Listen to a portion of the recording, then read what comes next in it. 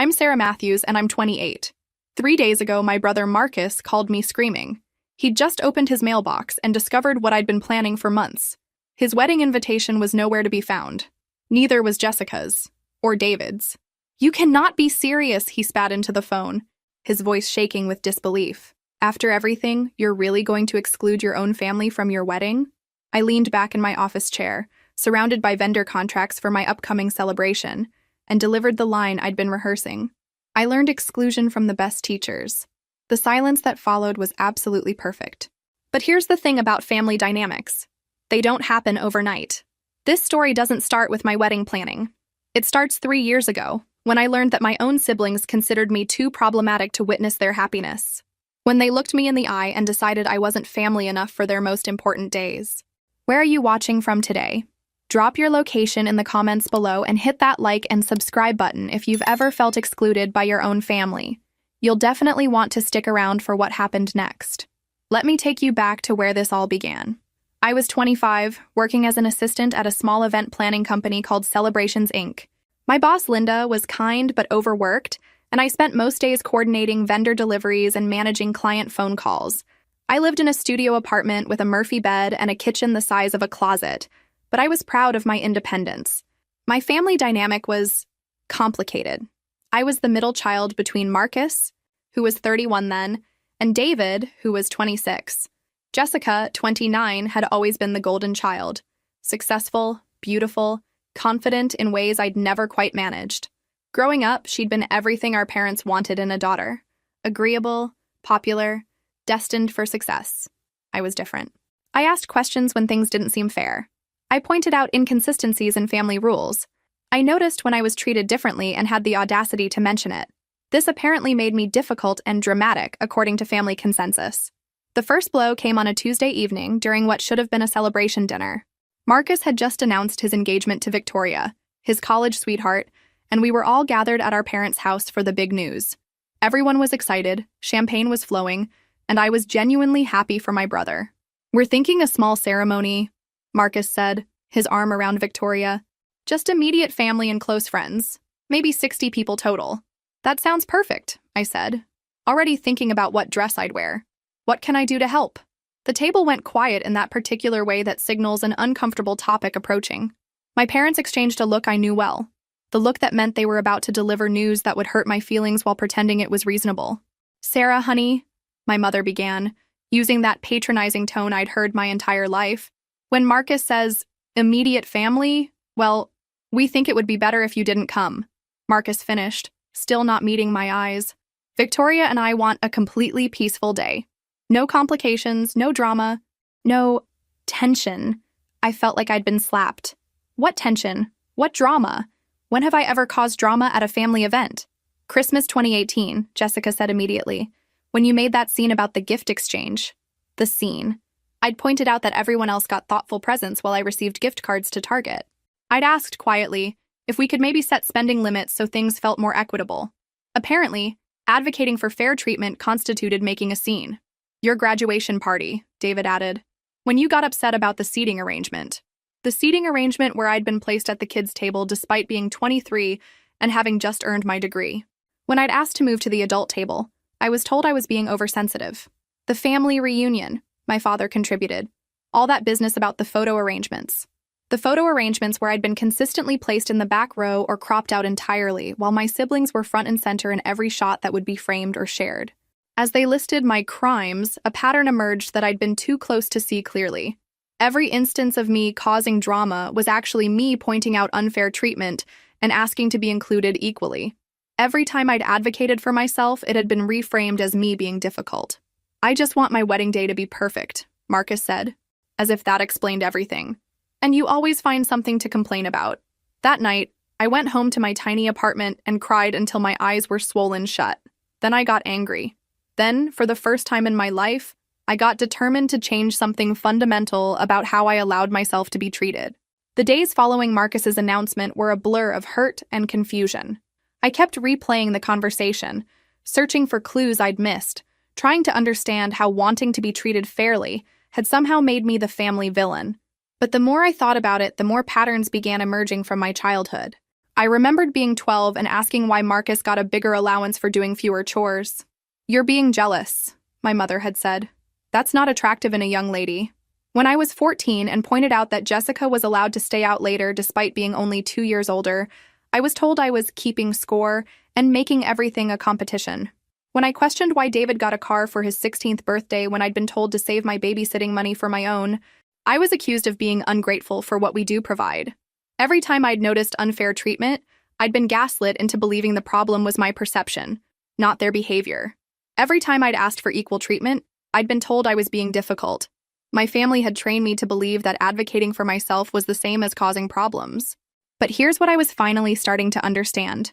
A family that punishes you for noticing unfair treatment isn't actually interested in treating you fairly. They're interested in you accepting unfair treatment quietly. I called in sick to work and spent the day walking around the city, processing this revelation. By evening, I'd made a decision that would change everything. I was going to stop trying to earn my place in their lives and start building a life where I was actually wanted. The next morning, I threw myself into work with a focus I'd never had before. Linda noticed immediately. "You seem different," she said after I'd successfully coordinated 3 vendor meetings and resolved a client crisis before noon. More confident, I guess. She was right. When you stop wasting energy trying to convince people to treat you well, you have a lot more energy for everything else. I started staying late to learn new aspects of the business. I shadowed Linda during client meetings, took notes on her techniques, and began building relationships with vendors. 2 weeks later, Jessica called. For a moment, my heart jumped. Maybe she was going to tell me Marcus had changed his mind, that the whole thing had been a mistake. Instead, she said, "Brad and I are planning our engagement party, and we've decided to have it the same weekend as your birthday." My birthday. The one day of the year that was supposed to be mine. "That seems like unfortunate timing," I said carefully, testing whether this was intentional. "Well, it's the only weekend that works for Brad's family," she said breezily. "And honestly, Sarah, you never do anything special for your birthday anyway. You'll understand." There it was. The assumption that my life, my feelings, my special day could be moved aside for their convenience. The expectation that I would understand, accommodate, and disappear quietly like I always had. But something had changed in me since Marcus's wedding announcement. Something fundamental had shifted in how I was willing to be treated. "Actually," I heard myself saying, "I'm planning something special this year. Something I've been looking forward to for months." It was a complete lie. I hadn't been planning anything. But something inside me had snapped. Some long-dormant sense of self-worth that refused to be steamrolled again. "Oh," Jessica sounded genuinely surprised. She'd expected me to fold immediately. "Well, I'm sure whatever it is can be rescheduled. This engagement party is really important, and Brad's grandmother is flying in from Florida specifically for this date. My birthday can't be rescheduled." "Jess, it's been the same day for 25 years. Sarah, don't be difficult about this. Family comes first." "Does it?" I asked, because I'm not feeling very prioritized right now. The silence that followed told me everything I needed to know. Jessica had expected automatic compliance. The idea that I might choose myself over her convenience had literally never occurred to her. "Fine," she said finally, her voice tight with irritation. "Have your little party. We'll send you pictures from the engagement celebration." After I hung up, I sat in my kitchen staring at my phone. For the first time in my adult life, I'd chosen myself over my siblings' convenience. It felt terrifying and exhilarating simultaneously. That weekend, I threw myself a birthday party. Nothing elaborate. Dinner with my work friends at a nice restaurant, followed by drinks at a local bar with live music. But as I looked around the table at people who actually wanted to celebrate with me, who laughed at my jokes and listened to my stories with genuine interest, I realized something profound. This was what it felt like to be valued. This was what it felt like to matter to people. And once you experience that feeling, it becomes very hard to accept less. Marcus's wedding was everything he'd dreamed of, apparently. I know because the photos flooded social media for weeks afterward. Beautiful outdoor ceremony, gorgeous flowers, beaming family members surrounding the happy couple. Everyone who mattered was there, celebrating love and new beginnings. I wasn't there. Instead, I spent that Saturday working on what would become the biggest break of my career. A client had approached Celebrations Inc. about organizing a corporate retreat for a pharmaceutical company, something way beyond our usual scope of birthday parties and small weddings. Linda wanted to turn it down, but I convinced her to let me handle it. "What's the worst that could happen?" I'd argued. "If I mess it up, we're no worse off than if we'd said no from the beginning." While my brother exchanged vows with Victoria, I was coordinating catering for 200 executives, managing transportation logistics, and ensuring the retreat center had everything needed for a successful 3-day event. The work was challenging in ways that energized rather than exhausted me. The retreat was a massive success. The pharmaceutical company was so impressed they referred us to 3 other corporations, and suddenly I was the go-to person for high-end corporate events. Linda gave me a raise, a new title, and significantly more responsibility. For the first time since college, I felt like I was building something meaningful instead of just surviving paycheck to paycheck. But the real test of my new mindset came 6 months later. During a family dinner I'd been surprised to be invited to. We were sitting around the table at my parents' house making small talk about work and weather, when Jessica made her announcement. "Brad and I have set our wedding date," she said, practically glowing with excitement. "Next March, we're planning a beautiful ceremony. Just immediate family and close friends." I didn't even look up from cutting my food. "That sounds lovely. I hope you have perfect weather. It's going to be at the Botanical Gardens," she continued, clearly expecting more enthusiastic engagement. "Very elegant, very intimate, maybe 40 people total." "Intimate," I repeated neutrally. "How nice." There was something in my tone that made the table go quiet. Jessica was studying my face, probably trying to figure out why I wasn't asking about bridesmaid dresses or offering to help with planning. "You could help with some of the setup if you want," she said finally, as if throwing me a bone. "Since you're in the event business now, maybe coordinate some of the vendor deliveries or something." The condescension in her voice made my jaw clench. She was offering to let me work her wedding after making it clear I wouldn't be attending as a guest. She expected me to provide free labor for an event I was excluded from. "I'll be busy that weekend," I said simply. "Doing what?" "Working. I have a client event that weekend." It was true. I just booked a luxury wedding for the same weekend, and the deposit alone was more than I used to make in 2 months. "Surely you can reschedule for family," my mother interjected, using that tone that had always made me feel guilty before. "Family always comes first." I set down my fork and looked directly at her. "Does it, Mom?" Because when I wanted to be family at Marcus's wedding, I was told I'd complicate things. Now I'm family when you need free labor, but not family when it comes to celebrating together? The table went dead silent. David looked uncomfortable. My father focused intently on his food. Jessica's face flushed red. "That's completely different," she said. "How?" "You know how." "Actually, I don't." "Explain to me how it's different." She couldn't. None of them could. They'd created a system where I was family when they needed something from me, but not family when it came to including me in their joy. They expected unconditional support while providing conditional acceptance. I said, standing up and gathering my purse. "I'll skip the rest of dinner. I have client calls to make." As I headed for the door, Jessica called after me. "You're really going to choose work over family?" I turned back to look at her. This sister who had consistently chosen her convenience over our relationship, her comfort over my feelings, her priorities over mine. "I'm choosing people who actually want me there," I said quietly. "There's a difference. Have you ever experienced that moment when you finally stop accepting less than you deserve? When you realize that the people who claim to love you should actually act like they like you too? Share your story in the comments below, because what happened next changed everything. The year following Jessica's wedding announcement became a period of unprecedented personal growth. Without the emotional drain of constantly trying to prove my worth to my family, I discovered I had enormous reserves of energy for building the life I actually wanted. My professional reputation in corporate event planning began growing rapidly. The pharmaceutical retreat had showcased my ability to manage complex logistics under pressure, and word spread through Chicago's business community. I started getting calls from Fortune 500 companies, nonprofit organizations, and high-end wedding planners who needed someone reliable for their most challenging events. Linda, who had originally been hesitant about expanding beyond our traditional scope, became my biggest advocate. "Whatever shift happened in you this year," she said, after I successfully managed a 3-day conference for an international tech company, "it's been incredible to watch. You have a confidence now that clients immediately trust." She was absolutely right. When you stop questioning your basic worth, you can focus entirely on demonstrating your competence. When you're not constantly trying to manage other people's comfort with your existence, you can channel that energy into excelling at what you do. I moved out of my studio apartment into a 1-bedroom in Lincoln Park. I bought a reliable car that didn't require weekly mechanic visits. I started taking evening classes in advanced event management and luxury hospitality. Most importantly, I began saying yes to social invitations from colleagues and clients.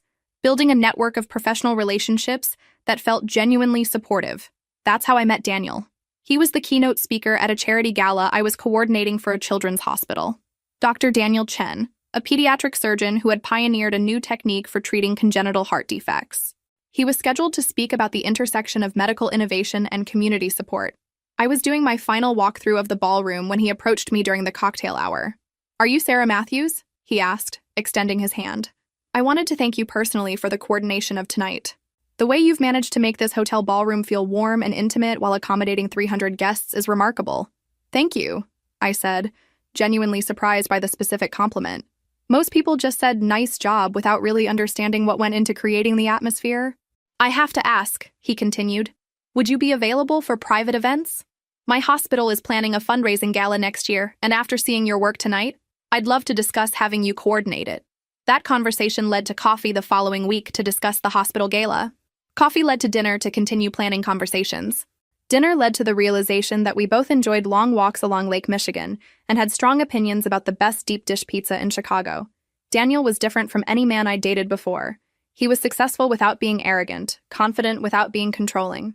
He asked thoughtful questions about my work, my goals, my opinions on everything from architecture to social justice. Most importantly, he seemed genuinely interested in my answers. 3 months into our relationship, he met my family situation head-on. "You don't talk about your siblings much," he observed one evening over dinner. "Are you close with them?" "It's complicated," I said, falling back on the explanation I'd used for years. How complicated? I found myself telling him about Marcus's wedding exclusion, Jessica's engagement party scheduling, the pattern of being included only when they needed something from me. I expected him to suggest I was overreacting, or that family relationships required more patience and understanding. Instead, he was quiet for a long moment. Then he said, "That sounds exhausting. Having to constantly prove you deserve basic consideration from people who are supposed to love you unconditionally." His simple validation meant more than years of therapy might have. He didn't try to fix my family relationships or convince me to be more understanding. He just acknowledged that their behavior was problematic and that my feelings about it were reasonable. "You know what I've noticed?" he said as we walked home that night. "When you talk about your work, your face lights up. You get animated and passionate. When you talk about your family, you look tired, like you're carrying something heavy." He was right. I hadn't realized how much emotional energy I'd been spending on managing family dynamics until I started redirecting that energy toward people who actually appreciated it. The validation of being in a healthy relationship began highlighting just how dysfunctional my family dynamics had always been. Daniel's family welcomed me warmly from our first meeting. They asked genuine questions about my work, remembered details from previous conversations, and included me naturally in their gatherings. The contrast was startling. "Your girlfriend is delightful," Daniel's mother, Patricia, told him after a Sunday dinner where I'd helped with cleanup without being asked. "She's got such interesting stories about her work, and she actually listens when other people are talking. That's rarer than it should be." Being around the Chen family showed me what functional family dynamics looked like. They disagreed sometimes, but respectfully. They teased each other, but without cruelty. They celebrated each other's successes genuinely, without competition or resentment. Most importantly, they seemed to actually enjoy spending time together. Meanwhile, my own family continued operating exactly as they always had. David announced his engagement 6 months after Jessica's wedding, and I knew immediately what was coming. "Sarah," he said when he called, his voice carrying that particular tone my siblings used when they were about to deliver disappointing news while pretending to be reasonable. "Rachel and I have set our wedding date, and I wanted to talk to you before you heard it from Mom and Dad." "Let me guess," I said, not looking up from the vendor contracts I was reviewing for an upcoming corporate anniversary celebration. "Small ceremony, immediate family only, and I'm not immediate enough." The silence stretched long enough that I wondered if the call had dropped. "Look," he finally said, "it's not about you personally. It's about keeping things simple, avoiding any potential drama," I finished for him. "Complications, tension. Yes, I've heard this before." "You know it's not about your worth as a person," David said, but his voice lacked conviction even as he said it. "Isn't it, though?" I asked, genuinely curious. Because if 3 siblings independently decide that the same sister's presence would ruin their most important day, what conclusion should that sister draw about how her family sees her? It's not like that. It's exactly like that, David. You've all decided that I'm fundamentally incompatible with your happiness. That my very existence creates problems that need to be managed rather than embraced. I could hear him sigh heavily. Fine, have it your way. I will, I said, and meant it more than I'd ever meant anything. After hanging up, I felt something I had never experienced after these conversations before. Complete peace. Not devastation, not desperate disappointment, not frantic mental calculations about what I could change to earn their acceptance. Just calm certainty that I understood exactly where I stood and could plan my life accordingly. That weekend, Daniel and I went house hunting. We'd been talking about moving in together, and my family's latest confirmation of their priorities had clarified something important for me. I was ready to build my own traditions with someone who chose me consistently. We found a beautiful townhouse in Andersonville with hardwood floors, a renovated kitchen, and a small garden where we could grow herbs and vegetables. As we walked through the rooms, I could picture our future there. Dinner parties with friends who enjoyed our company. Holiday celebrations where everyone was genuinely welcome. A life built on mutual respect and authentic affection. This feels right, Daniel said, wrapping his arms around me in the empty living room that would soon be filled with furniture we chose together. It really does, I agreed, leaning back against his chest. 6 months later, he proposed in that same living room, now furnished with a comfortable sofa and bookshelves we'd assembled together. It wasn't elaborate or orchestrated, just honest and perfect and exactly right for who we were as a couple. Sarah, he said, dropping to one knee between our coffee table and the window where morning light streamed in, I love how strong you are. I love how you've learned to value yourself the way you deserve to be valued.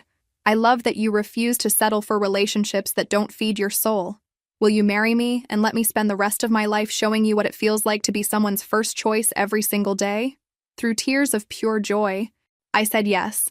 And for the first time in my life, I felt like the most important person in someone's universe.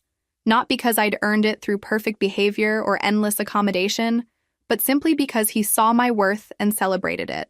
Planning our wedding became the professional and personal challenge of my lifetime. Daniel and I wanted something elegant but authentic, meaningful but not pretentious. After extensive research, we chose Ravenswood Manor, a restored Victorian mansion with gardens that would be perfect for an outdoor ceremony followed by indoor reception. Creating our guest list felt like the most honest exercise I'd ever undertaken. Daniel's extended family, who had embraced me completely, our mutual friends from work and social circles, colleagues who had become genuine companions, my college roommates who had watched my transformation with pride and excitement, extended family members, aunts, uncles, and cousins who had always treated me with basic kindness, despite the drama with my immediate family. And then came the question I'd been avoiding: what to do about Marcus, Jessica, and David. You have to invite them, my mother said during one of her increasingly frequent phone calls about wedding details. What will people think when your own siblings aren't at your wedding? People will ask questions. Let them ask, I replied, addressing invitations at our dining room table. I'm not planning my wedding around managing other people's opinions. Sarah, be reasonable. Whatever issues you think you have with your brothers and sister, your wedding day should be about forgiveness and bringing family together. I set down my calligraphy pen and took a deep breath. Mom, they've made it very clear through their actions that I'm not part of their family celebrations. Why would I include them in mine? That's completely different. How is it different? Use your words, Mom. Explain the difference to me. The question hung in the air between us, just as it had every time I'd asked it over the past 3 years. I'd been asking for specific explanations for their behavior for years and had never received one that made logical sense. It just is, she said finally, falling back on the non-explanation that had frustrated me my entire life. You're the bride. You should be the bigger person here. The bigger person. I'd heard that phrase countless times growing up. Be the bigger person when Marcus got the larger bedroom because he was older. Be the bigger person when Jessica got the car that had been promised to me because she needed it more. Be the bigger person when David got financial support for college while I worked 3 jobs to pay my own way. I've been the bigger person for 28 years, Mom. I'm done. After I hung up, I stared at the 3 wedding invitations I'd prepared for my siblings. Beautiful ivory cardstock with elegant gold lettering, exactly like all the others. Inside, the same warm invitation to celebrate our love and witness our commitment to building a life together. Daniel found me sitting there an hour later, still staring at those 3 envelopes. Second thoughts? He asked, settling beside me at the table. I keep thinking about what it means, I said slowly. If I don't send these, it's final. It's me officially acknowledging that we don't have functional relationships and I'm done trying to create them. And if you do send them? I considered his question seriously. If I send them, I'm telling them that nothing they've done matters. that they can exclude me from their most important days and still expect to be included in mine, that there are no consequences for treating me as optional. Daniel nodded thoughtfully. What does your instinct tell you? My instinct told me that my siblings had made their choice repeatedly over several years. They'd had multiple opportunities to include me, to treat me as valuable, to demonstrate that they wanted me in their lives. Instead, they'd consistently chosen their own comfort over my feelings, their convenience over our relationships. It was time for me to make my choice.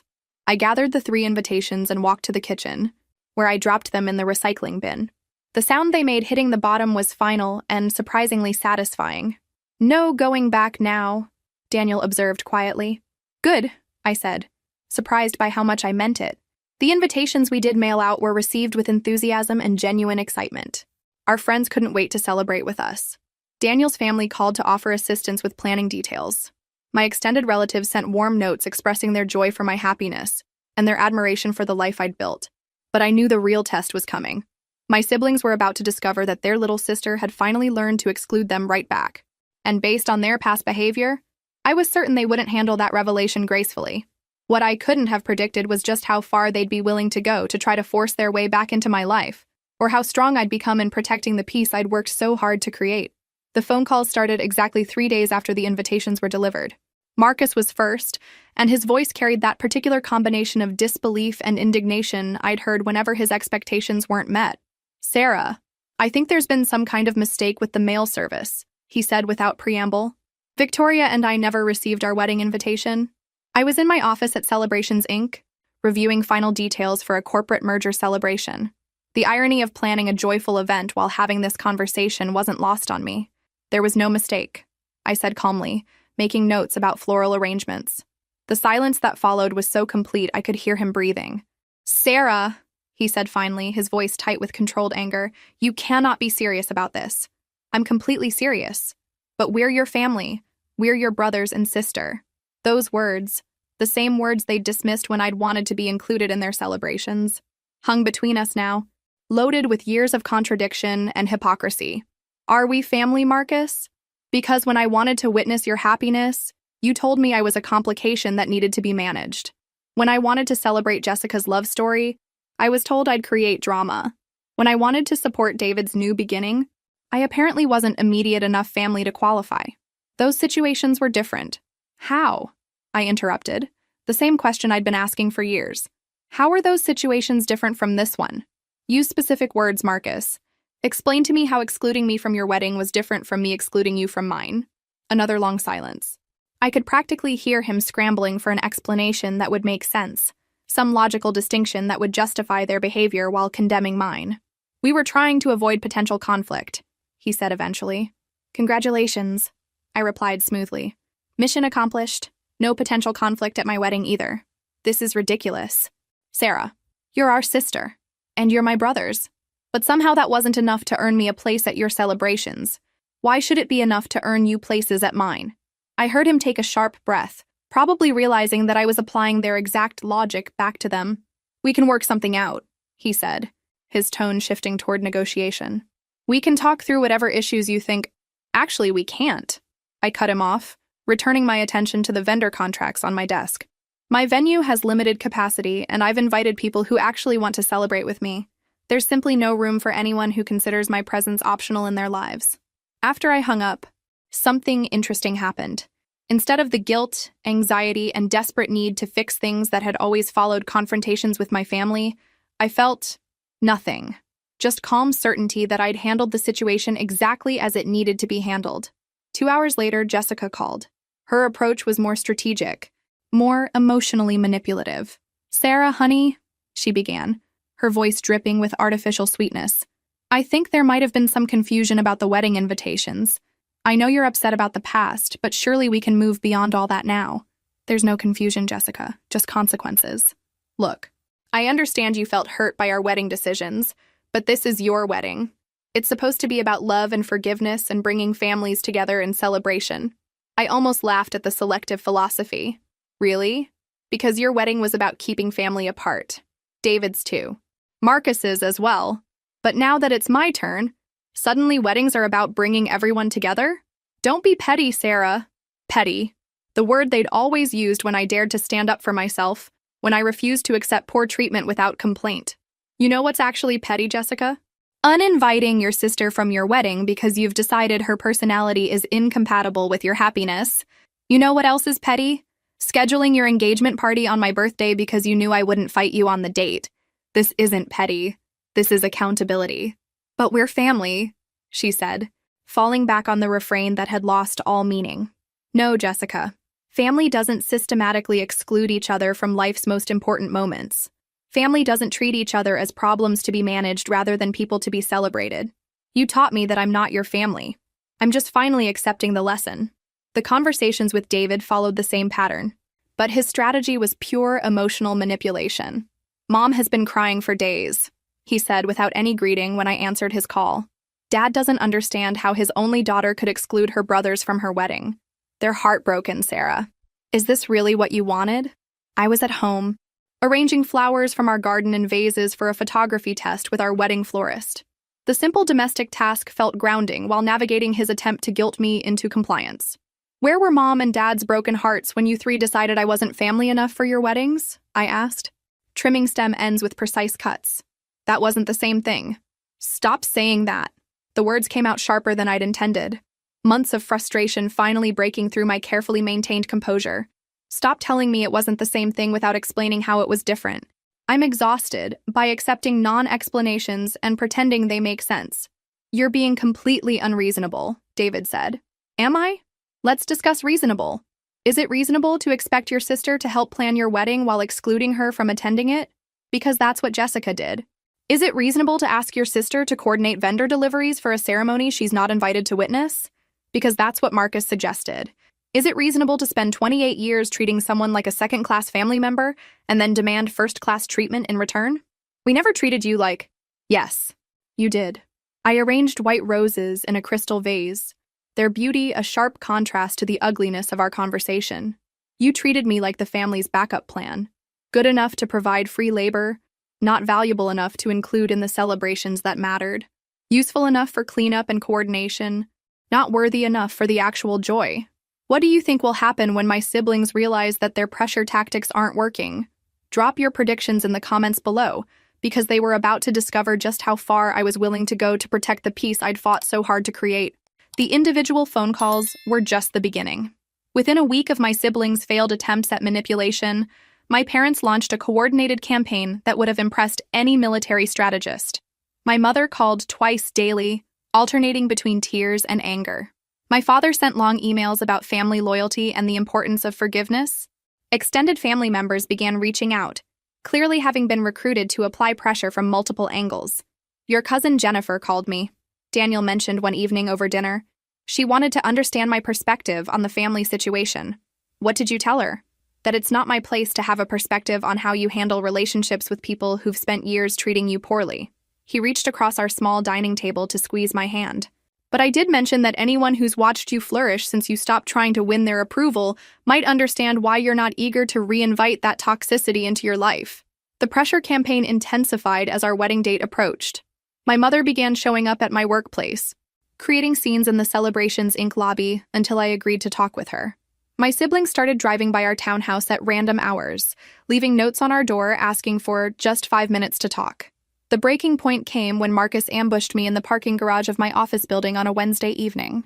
I was exhausted from coordinating a 3-day pharmaceutical conference, looking forward to going home and having quiet dinner with Daniel. Instead, I found my older brother leaning against my car, his face a mask of barely controlled frustration. "Sarah, we need to talk," he said, stepping into my path as I approached with my keys. "No, Marcus, we don't." I walked around him toward the driver's door. 5 minutes, just give me 5 minutes to explain." Something in his voice, a vulnerability I'd rarely heard from him, made me pause. When I turned around, he looked genuinely distressed rather than just angry or frustrated. "Fine," I said, setting down my briefcase.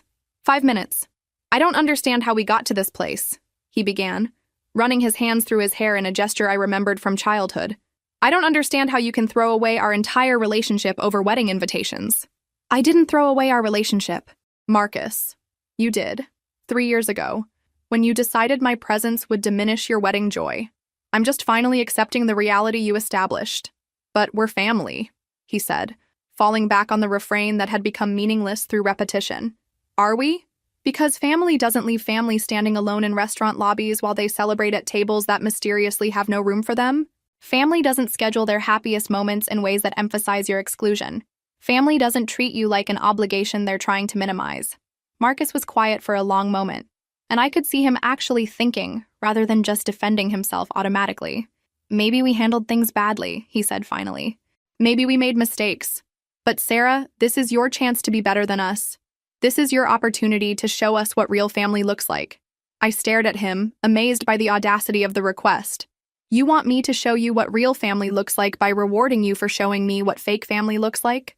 You want me to demonstrate love by accepting people who have consistently demonstrated that they don't actually like me? I want you to forgive us. I have forgiven you, Marcus. Forgiving you doesn't mean pretending it didn't happen. It doesn't mean giving you access to hurt me again in the same ways. It means accepting that you are who you are and choosing to build my future around people who are capable of better. 2 weeks before the wedding, Jessica tried a completely different approach. She appeared on our doorstep on a Saturday morning, tears streaming down her face, looking more vulnerable than I'd seen her since we were children. Sarah, please, she sobbed when Daniel answered the door. I'm begging you, don't destroy our family over this. Daniel looked at me questioningly, and I nodded. He led her into our living room, where she collapsed onto our sofa like her legs wouldn't hold her weight anymore. I've been thinking about what you said, she began when her crying subsided enough for her to speak clearly. About how we excluded you from our celebrations. And I realize we might have hurt you more than we understood. I sat across from her, curious to see where this new strategy was leading. We did hurt you, didn't we? She continued. When we didn't invite you to our weddings, we made you feel like you didn't matter to us. It was closer to a real acknowledgement than I'd ever received from any of my siblings. But something about her phrasing bothered me. You didn't make me feel like I didn't matter, Jessica. You demonstrated that I didn't matter. There's a difference. She flinched at the correction. Okay, we demonstrated that you didn't matter to us. We were wrong. Why? I asked. Why did you decide I didn't matter enough to witness your happiness? Because, she struggled with the words, clearly uncomfortable with genuine self-reflection. Because you always questioned things. You pointed out when things weren't fair.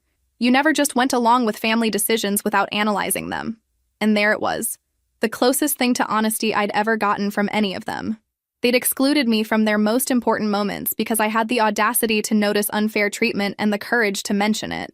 They'd decided my personality was fundamentally incompatible with their comfort. So you excluded me from your weddings because I wouldn't pretend to be happy about being excluded from other things? When you put it like that, it sounds horrible. It was horrible, Jessica. You made me feel like there was something wrong with me for wanting to be treated fairly. You made me believe that expecting basic respect was the same as being difficult. She was crying again, but quieter now. I'm sorry. I'm really, truly sorry. It was the first genuine apology I'd ever received from any of my siblings. It meant something, but not enough to change my decision. I appreciate that apology, I said carefully. But Jessica, you didn't come here to make amends. You came here to try to get yourself invited to my wedding. This isn't about acknowledging the harm you caused. This is about wanting something from me. Can it be both? Not really. If you were truly sorry for the pain you caused, you'd respect my decision to protect myself from experiencing it again. You'd understand that actions have consequences, even when family members are the ones taking the actions. 1 week before our wedding, my parents demanded what they called a final family meeting. All 5 of us, they insisted. Time to resolve this situation once and for all before it permanently damaged our family relationships. I almost declined. Daniel encouraged me to go, suggesting that maybe direct confrontation would finally lead to the honest conversation that had been avoided for years. You've been managing this through phone calls and doorstep conversations, he pointed out. Maybe it's time to have the discussion that actually addresses everything at once. We met at my parents' house on a Sunday afternoon that should have been spent on final wedding preparations. The living room felt smaller with all 5 of us in it, tension thick enough to disrupt normal breathing patterns. I sat in the chair I'd claimed as mine during childhood, while my siblings arranged themselves on the sofa like a united front. Sarah, my father began, using his most authoritative voice.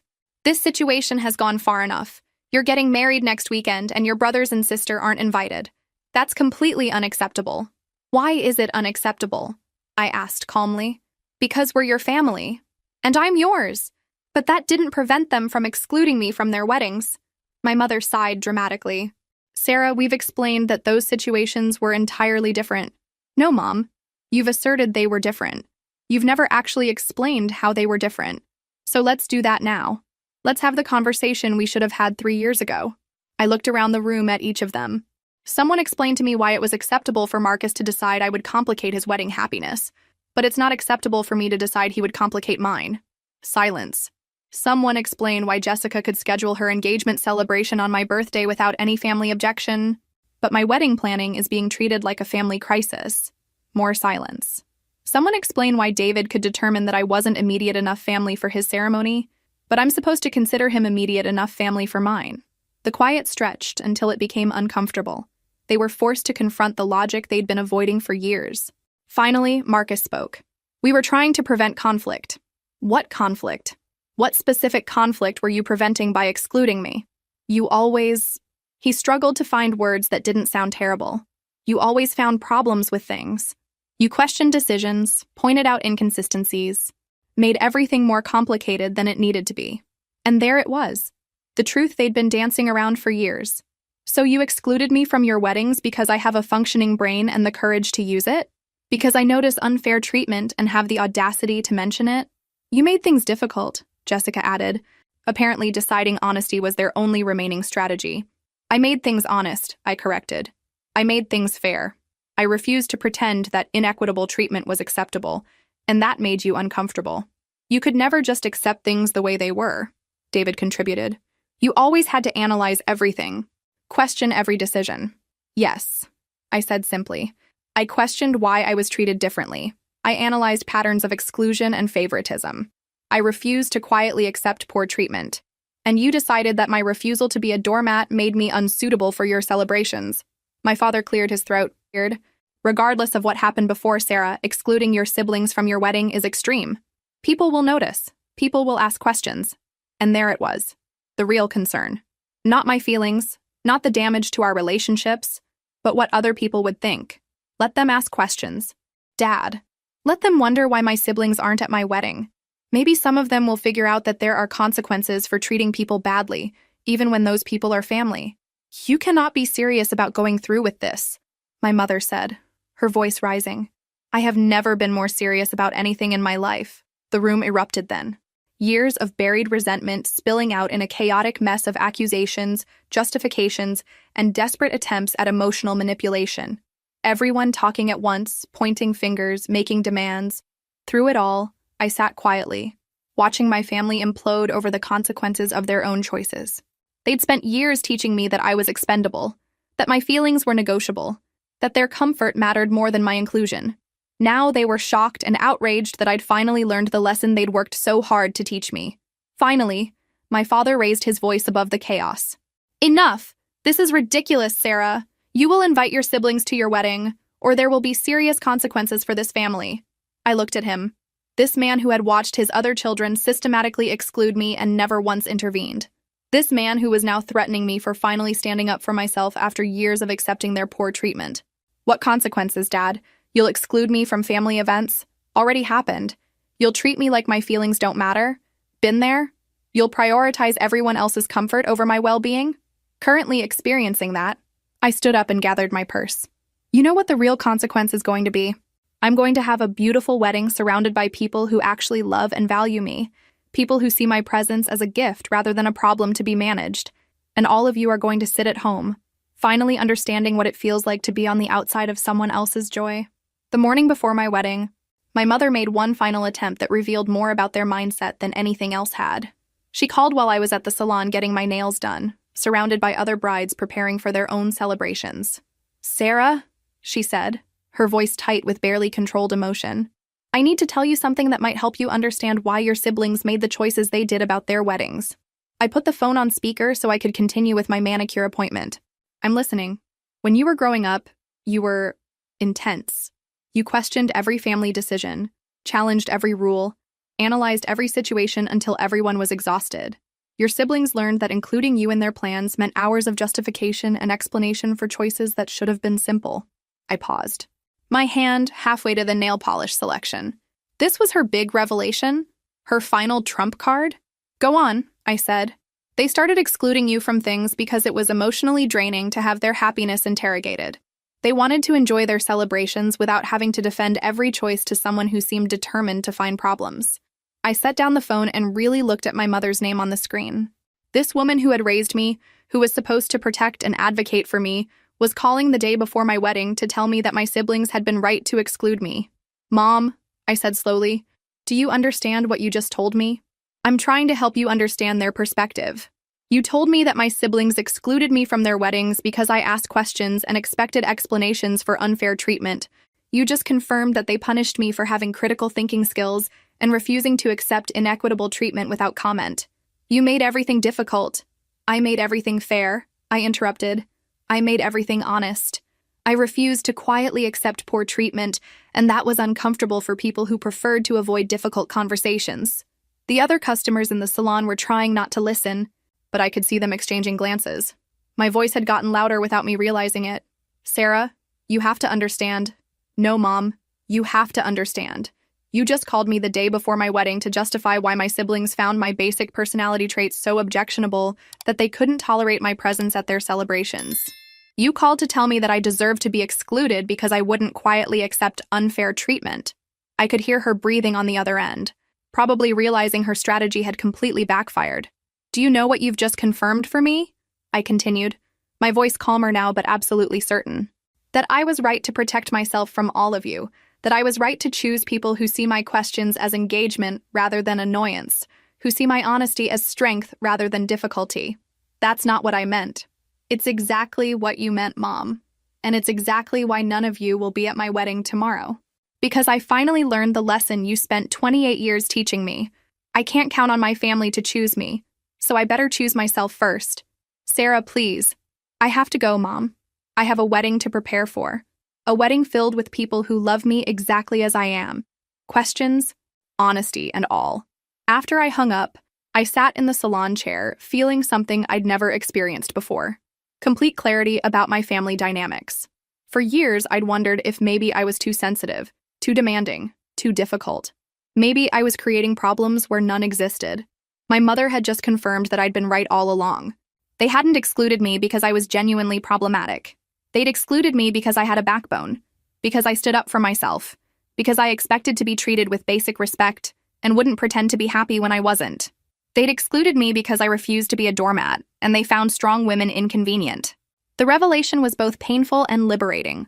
Painful because it confirmed that my family had systematically punished me for positive traits: independence, critical thinking, self-advocacy. Liberating because it meant the problem had never been me. The problem was their inability to handle anyone who didn't automatically acquiesce to their preferences. "Everything okay, honey?" asked Maria, the nail technician, who had been pretending not to listen to my conversation. "Everything's perfect," I said, and realized I meant it completely. Tomorrow, I was going to marry the love of my life, surrounded by people who celebrated every aspect of who I was. My family was going to learn what it felt like to be on the outside of someone else's happiness, and they were going to understand that actions have consequences. It was going to be the most beautiful day of my life. My wedding day dawned crisp and perfect, the kind of October morning that makes Chicago look like a postcard. I woke up in the bridal suite at Ravenswood Manor, surrounded by the women I'd chosen as my support system: my maid of honor Emma from college, my bridesmaids from work and various friend circles, and Daniel's sister Rebecca, who had welcomed me into their family with genuine warmth from our first meeting. "Ready for the best day of your life?" Emma asked, bringing me coffee and fresh fruit from the Manor's catering service. "I've been ready for this for months," I replied, and I meant it with every fiber of my being. The morning passed in a beautiful blur of hair and makeup, photographs in the Manor's garden, and final preparations. My dress was everything I'd dreamed of. Elegant ivory silk with delicate beading that caught the light, classic lines that would look timeless in photos years from now. As I looked in the full-length mirror, I saw a woman who had fought for her happiness and won. "You look absolutely radiant," Rebecca said, adjusting my veil with the care of someone who genuinely cared about my joy. "Daniel is going to lose his mind when he sees you. Happy tears, I hope? The happiest."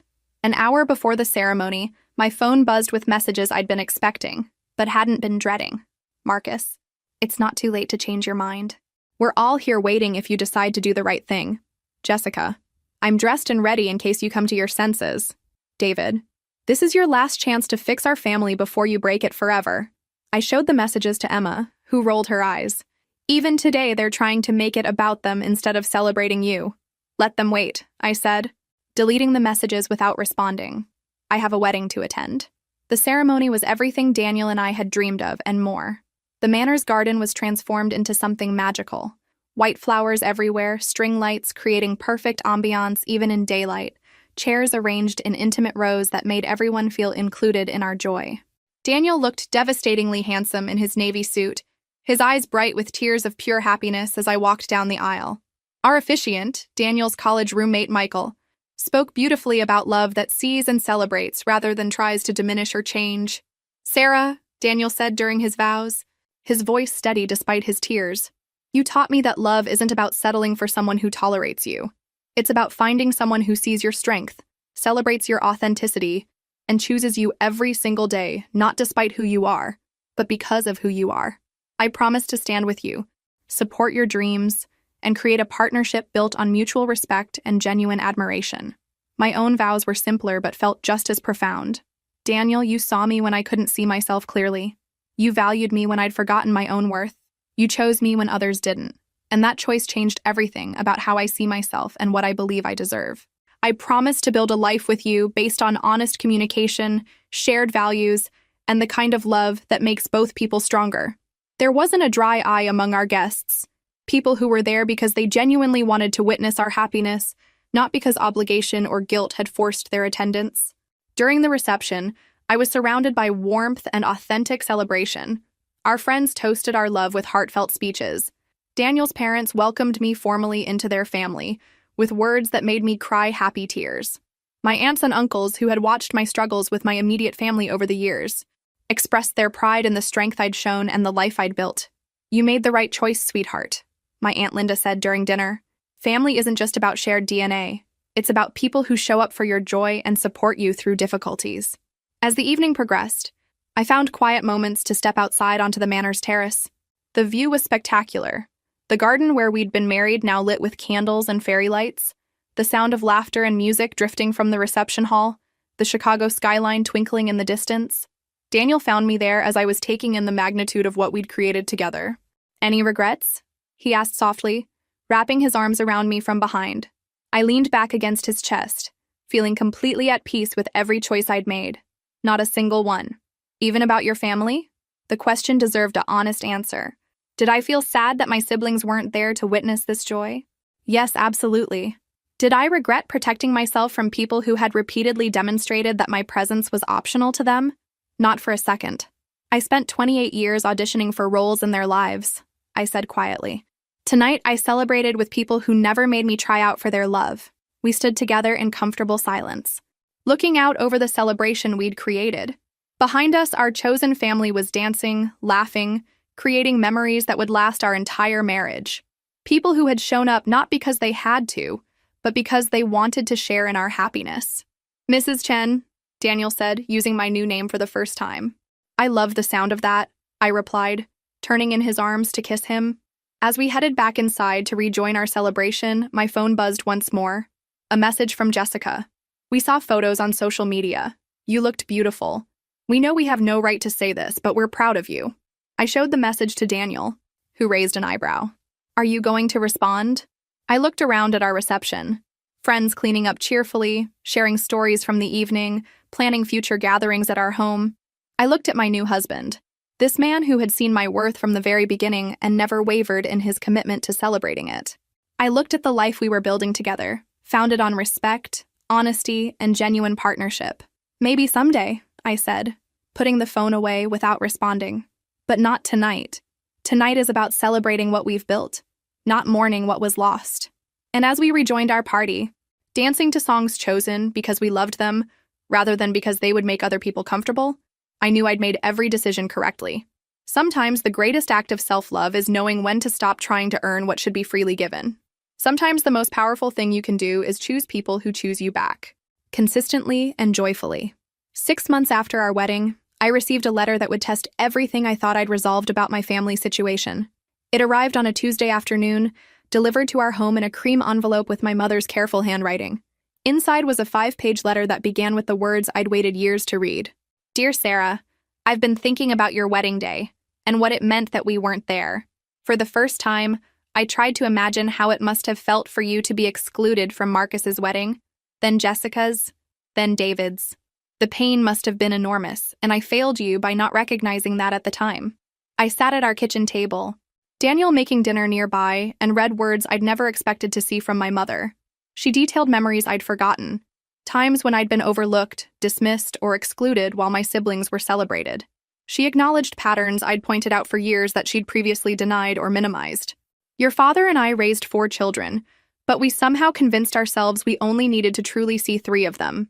We taught your siblings that your needs were less important, your feelings less valid, your presence less essential. We created a family system that punished you for having a backbone and rewarded them for maintaining the status quo that benefited them. The letter went on to detail specific instances: the birthday parties where my preferences were ignored, the family photos I'd been cropped out of, the college conversations where my achievements were downplayed while my siblings' lesser accomplishments were celebrated. Things I'd remembered but convinced myself I'd been too sensitive about. I understand now why you didn't invite us to your wedding. You applied the exact same logic we had modeled for years. If someone's presence is considered optional for your joy, then your presence can be optional for theirs. You learned exclusion from us, and we have no standing to complain when you finally became proficient at it. Daniel noticed me crying and sat down beside me. Everything okay? I handed him the letter to read while I composed myself. After 3 years of non-apologies and justifications, my mother was finally acknowledging the reality I'd lived through. The letter continued with specific apologies to each instance of unfair treatment, and then moved to what surprised me most. Your siblings have been going through their own reckonings since your wedding. Marcus told me that he's realized he's never actually known who you are as a person. He only knew you as the sister who made him uncomfortable by pointing out family dysfunction. Jessica admitted that she scheduled her engagement party on your birthday specifically to assert dominance, and she's horrified by her own behavior.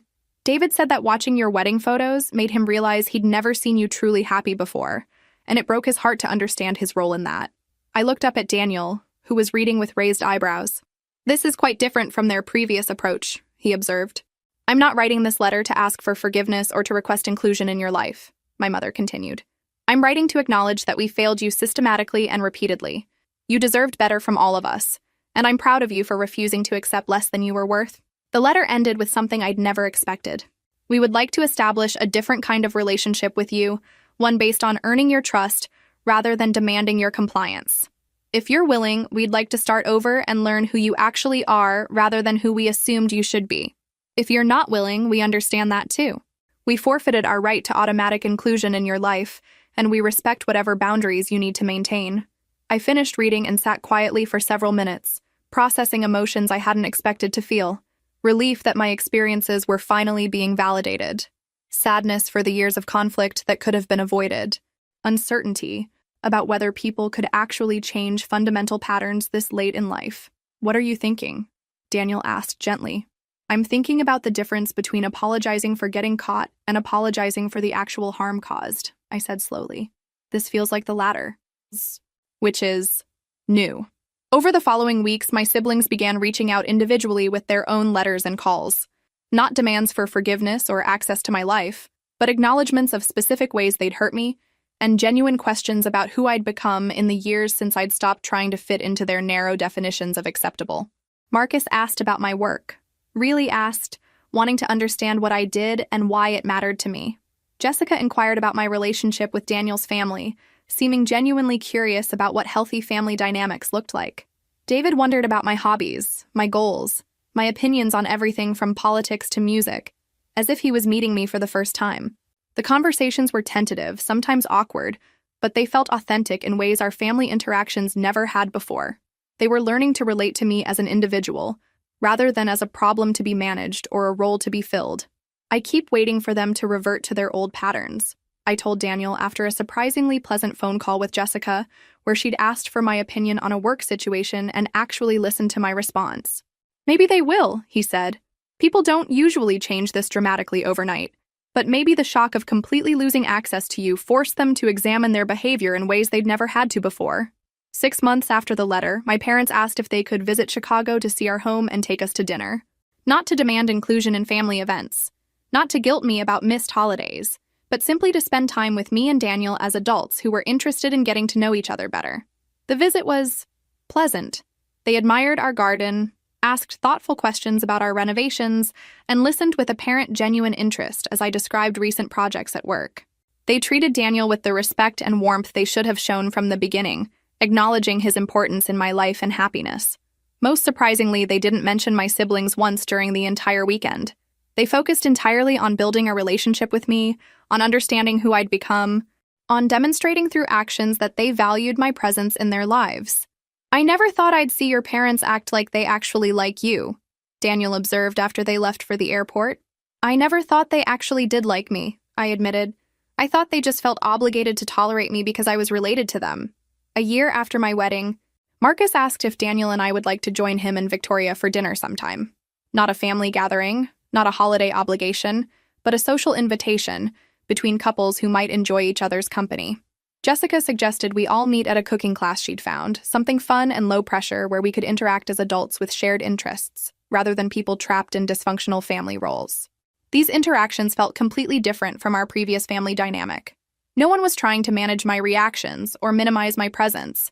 They seemed genuinely interested in my thoughts, my experiences, my relationship with Daniel. They treated me like someone they actually wanted to spend time with, rather than someone they felt obligated to include. The change wasn't perfect or complete. There were still moments of awkwardness, times when old patterns threatened to resurface. But there was something fundamentally different about how they approached relationships with me now, with curiosity rather than judgment, with respect rather than condescension.